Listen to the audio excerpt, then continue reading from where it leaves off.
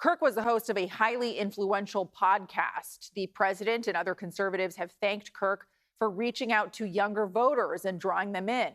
But he's also drawn critics, being accused of sharing anti-Semitic views, racism, and homophobia, regularly sharing views on a podcast during his debates. Today, Kirk was at the first stop of his American Comeback Tour. He planned to visit colleges and universities nationwide. He was a regular fixture on campuses, debating people who opposed his views.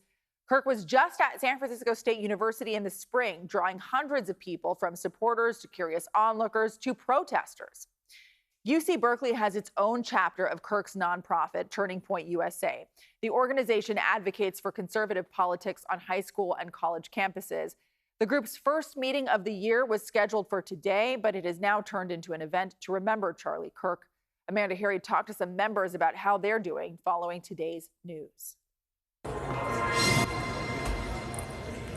Really sad, really sad, and it's been really difficult to focus on things today, and it's just like really heavy-hearted. Camilla Bergstrom says she's still in shock after hearing Charlie Kirk was killed. Really anxious. I had to skip multiple classes today. I just feel really anxious. Bergstrom has admired Kirk for years and is a member of Turning Point USA, an organization founded by Kirk to advocate for conservative politics on college campuses.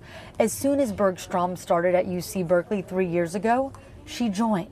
I joined mainly because of my background and my values. I'm from Ukraine and I was born in Ukraine, and I'm an immigrant. I believe in what they're doing and advocating for free speech, even if people disagree. And some people on campus do disagree.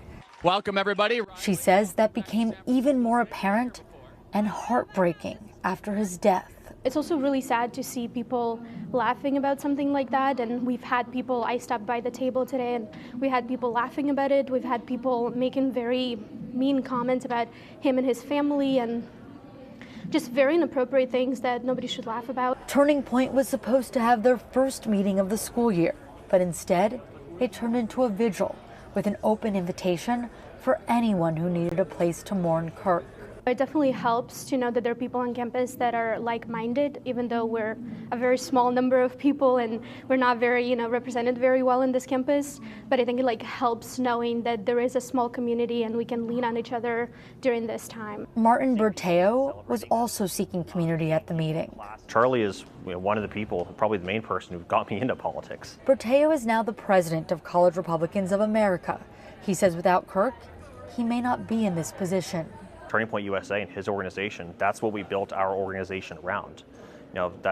Charlie Kirk has had probably, out of anyone, the most influence in the Republican Party. He's a man who single-handedly got Donald Trump elected with the field operation that happened in the 2024 election. While he's still rattled by what happened, he says they need to continue with Kirk's message. We need to, as young people and as college Republicans and as conservatives, not be deterred by this. We need to carry on the legacy that Charlie made. And Bergstrom agrees. But I do believe that there'll be more people standing up for their beliefs and views, which is what Charlie did all throughout his life and what he advocated for. So I think it's a lot of us are realizing that it's really important to speak up and keep on going with the work that he already started for us.